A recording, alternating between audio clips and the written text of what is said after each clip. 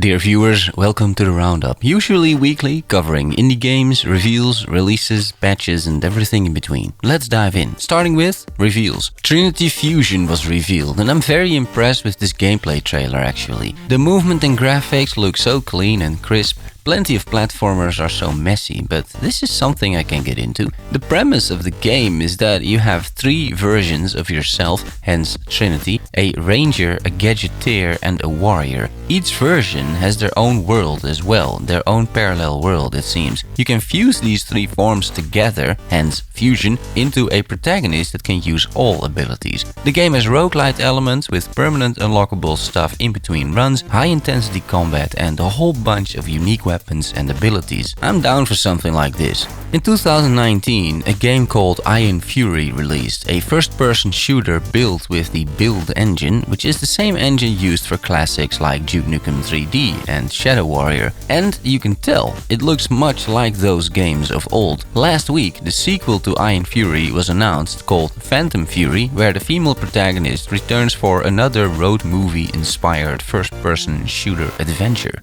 The game features the same graphics, over 20 unique weapons, an insanely interactive world which you can see in the trailer too because you can get into cars, helicopters, turrets, it looks pretty cool.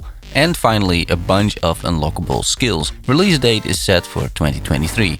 Once Human got revealed, an open-world survival horror game. You, the protagonist, was once human and now you are a meta-human, whatever that is. If you want to get your post-apocalyptic zombie fix, you can with this game, at least in the winter of next year when this is planned to release. This seems, judging by the description and screenshots, to be a proper game, reminiscent of something like Dying Light perhaps. There are all sorts of abominations, an open world inhabited with factions, settlements and storylines, there's crafting, weapon customization and territory building. That's pretty good stuff. No gameplay yet of course, but hey, first closed testing starts this November as well.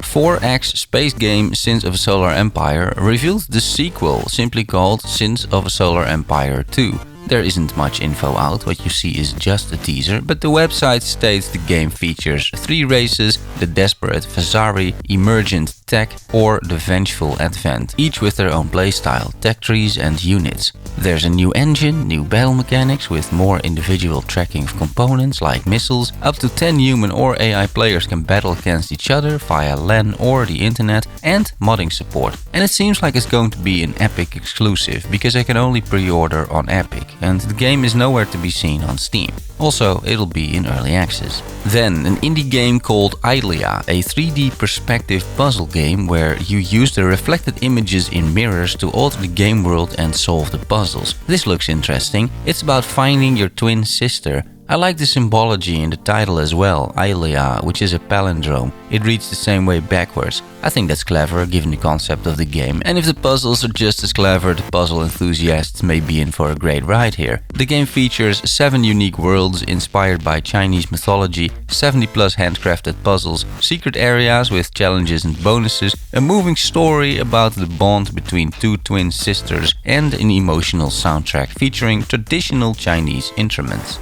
There's a new card game in town, Racine or Racine. You're watching the first trailer of the game and there's a demo too. Racine is a deck-building auto-battler roguelike. Use your cards for powerful spells or to increase your hero's stats. Find some artifacts and new cards to develop your own playstyle. What is interesting is that everything happens in real time, so you need to be fast playing your cards. And of course, you will unlock more cards as you go. Mostly, I like the visuals a lot. This could be quite interesting. Then, announcements. Anvil, the Korean flashy roguelite ARPG where you can play in a whole bunch of battle suits with space guns against cool bosses, sort of announced their release date in November. The devs didn't get more specific than this. November isn't far away, but fine. The game has been in early access for a while now. The devs have taken feedback into account and they've also definitely made a few mistakes along the way, in particular when it comes to monetization. They said previously, after a huge community backlash, they would hold off on additional monetization until launch. So there's a box price and that's basically it. I guess we'll see what they have in store for us. It is a good game, a fun game, a well-optimized game and a bloody hard game. But I can't suppress that feeling that making money is a little bit too high on the agenda, and that especially people in the West just don't expect an indie game like this to hit them this hard with monetization, which is by the way also pay-to-win monetization because it includes a battle pass with very significant upgrades to your character. We will see how it turns out ultimately.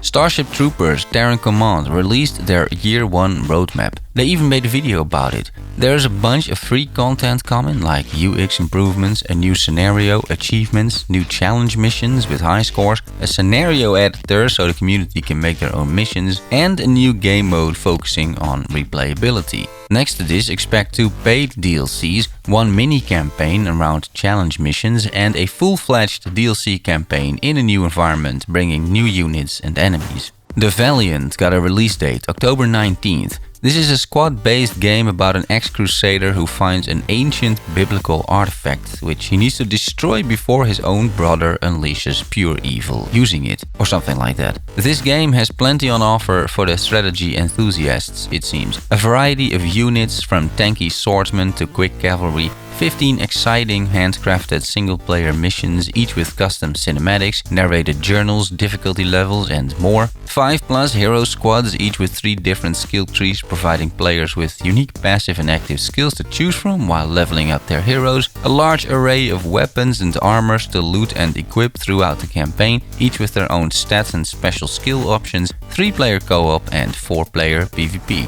Solasta, Crown of the Magister, the turn-based Dungeons & Dragons RPG, announced another DLC is coming called Inner Strength. It arrives November 14th and it's good news, I'm sure, for the fans of this rather popular game. I played it myself, it is very solid, although I'm not really a Dungeon & Dragon fan, to be honest. This DLC brings 3 new classes for a total of 9 new subclasses. There's a new Dragonborn ancestry and some free content too once this gets released, such as 3 new backgrounds, 17 new feats, gamepad support, which might also mean Steam Deck support, and boss monsters in the Dungeon Maker, which is the modding tool basically that allows players to create their own dungeons. And as always guys, if any of these games look interesting, be sure to wishlist them, it helps the devs out a lot. Similarly, you can subscribe to this channel, which helps me out a lot. Proceeding with the patch Plaza, bringing an overview of patch news. French early access ARPG Liberté released content patch 7. It brings a bunch of new stuff, for example, tribe faction cards, over 30 of them to choose from, or what about gadgets, a new card type with its own slot on skill bar. There are 2 new combat mechanics,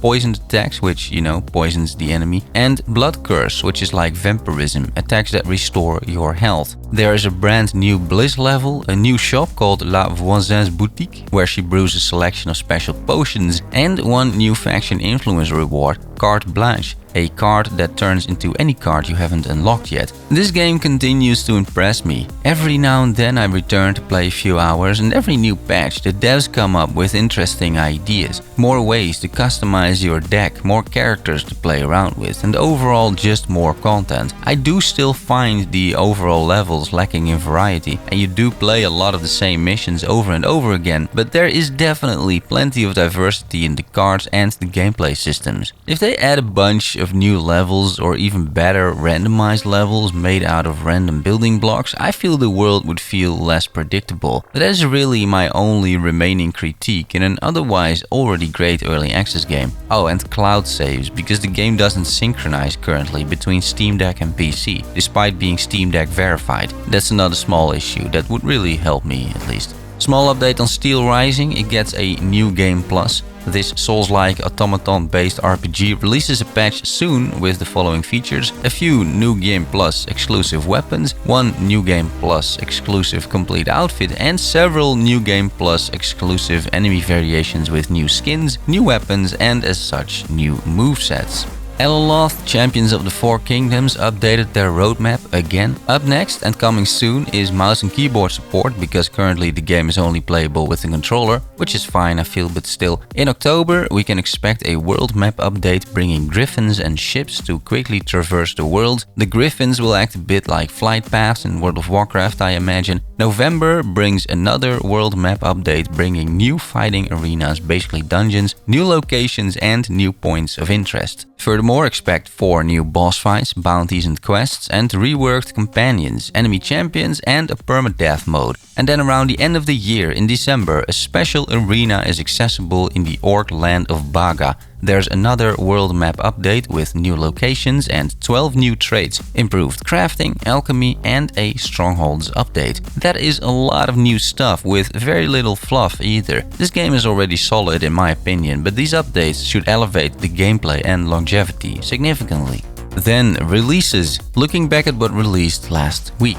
There Is No Light is now available for 22.5 euros. I have a review key, it is Steam Deck compatible. I've played about 5 hours so far, I'm like halfway there. It's okay, but honestly I feel it's nothing really special. Steam users rate it at a 72% so far. Soulstice, available for 40 euros. This action RPG is sitting at a 78% user score on Steam. OpenCritic scores it a 71 fair and Metacritic a 74. Biggest complaints are slow movement, stiff combat and horrible camera work, while the overall setup of the game and the narrative are being praised. Salt 2 Shores of Gold is out now, you can pick it up for 16 euros, this cute little indie single-player pirate game. Steam loves it, an 88% for this early access title, praising gameplay, crafting and basically saying it is like the original but better in every way, which is what sequels should be about, let's be honest. Rift Loopers looped out the door or the window. You can pick this action top-down alien shooter up for only 4 euros. And out of the 17 reviews currently available on Steam, 100% thinks this is a good game. You don't need much though for 4 euros, let's be honest. I had no idea it would be this cheap.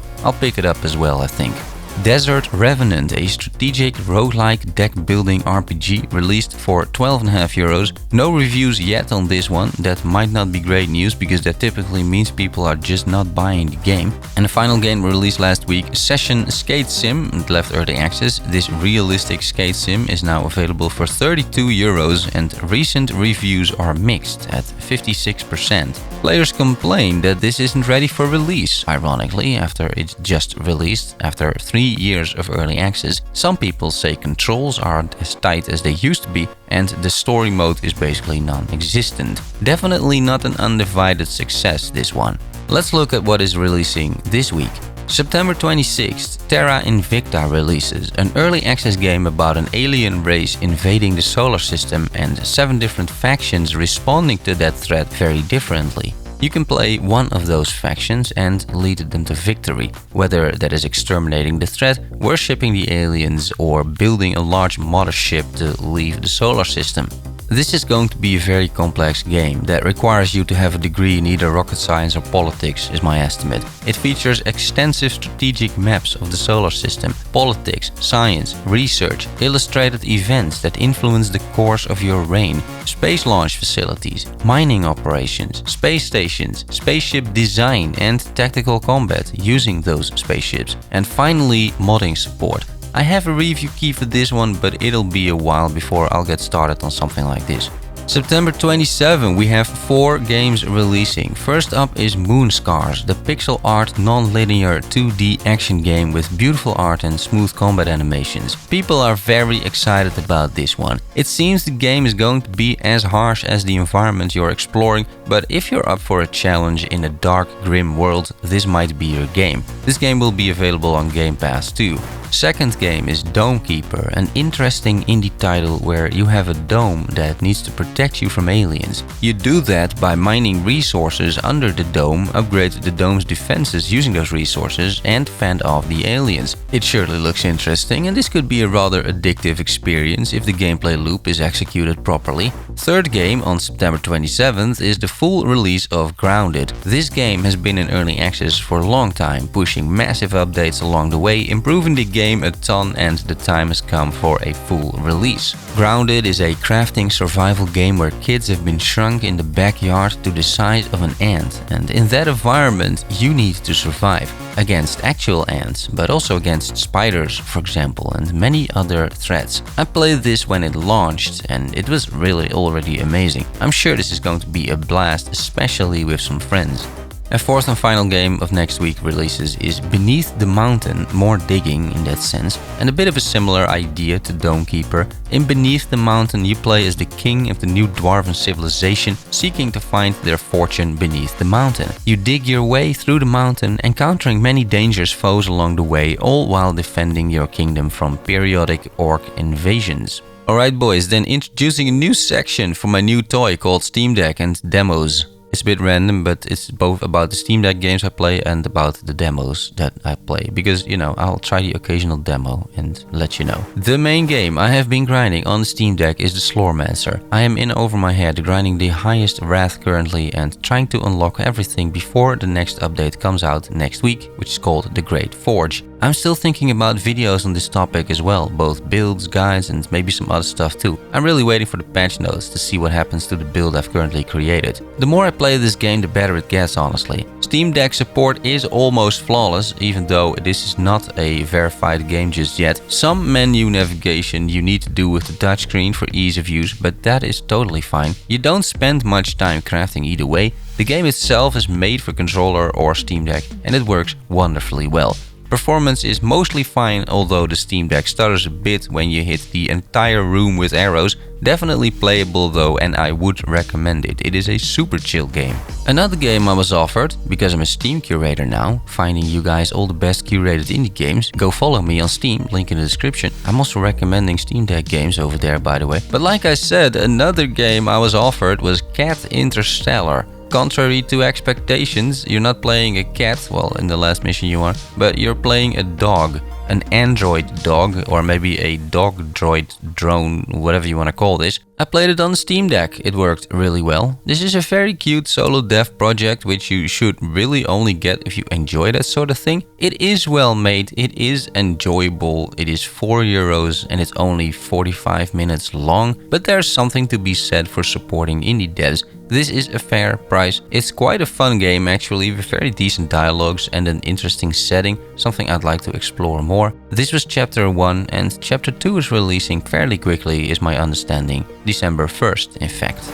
I've played a bunch of demos as well, I will highlight 2 of them. The first one is for Superfuse, the upcoming ARPG with cel-shaded comic-like narrative and graphics. The demo was rather horribly optimized, but we can't blame games too much at this early stage. It's more about the game systems and the gameplay, and that was more than fine honestly. Combat feels rather good even with the performance. It's gory, responsive, I like the skills on display and the enemies ragdoll across the screen just like you would expect with a game like this. But more impressive than that are the skills and the customization. You can mix and match the main skills you unlock via leveling with support skills. It's pretty much skill gems and support gems in PoE, however there is no limit. In Path of Exile you're limited by your sockets and mods, but in Superfuse you're not really limited at all. I put like 12 support gems on a flame wall, turning it from a 3-block frame wall into an entire square of flame walls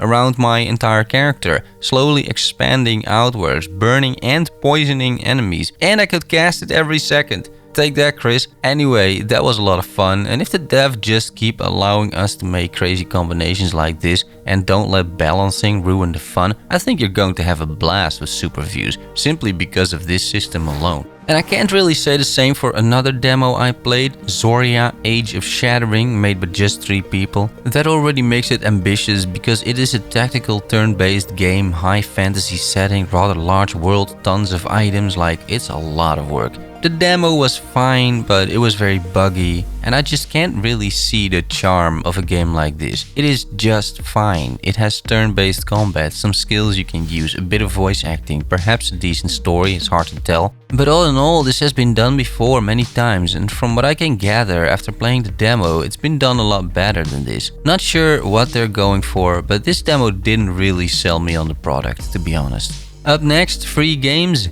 Epic has 2 decent offerings this week. Ark Survival Evolved, the dinosaur survival game. Heard both terrible and good stories about this. It's not something I'm interested in, but it is free, so you can try it out. Epic also has Gloomhaven, the digital adaptation of the acclaimed board game, which mixes tactical RPG and dungeon crawling. Uncle Phil from Game Pass has 3 decent offerings. Up first is Deathloop, a very divisive game when it released. Some people loved it, some hated it. Deathloop is a next-gen first-person shooter from Arcane Lion, who created Dishonored. In Deathloop, 2 rival assassins are trapped in a mysterious time loop on the island of Black Reef, doomed to repeat the same day for eternity. Second game on the pass is Beacon Pines, a cute and creepy adventure set within a mysterious book. You play as both the reader of the book and its main character, Luca. That is a weird premise maybe, but critics loved this game, which recently released, scoring it an 81 on OpenCritic, for example. And the final game is Spider Hack, a fast-paced couch co-op brawler where spiders dance to the death in the grip of chaotic battles using laser swords, grenades and even rocket launchers. This is just good old-fashioned fun if you're ever interested into that. Time for some personal updates. What have I been up to? I've told you most of this honestly, a lot of Steam Deck. I also have a holiday planned in a week for 1 week. It is a little difficult because our national airport is an absolute and total disaster at the moment, and I plan to fly to southern Italy. We'll see, because a lot of flights get cancelled or you'll have to wait like 4 hours to get on your airplane. Either way, it might not happen, and then there is a backup to go to Berlin a few weeks later by train. And that's it. If you have any questions or remarks, put them in the comments below. I hope you enjoyed the video, and if you did, you want more like this, consider liking the video or even subscribing. Thanks for watching and making it to the end. Love you all, see you soon, bye bye.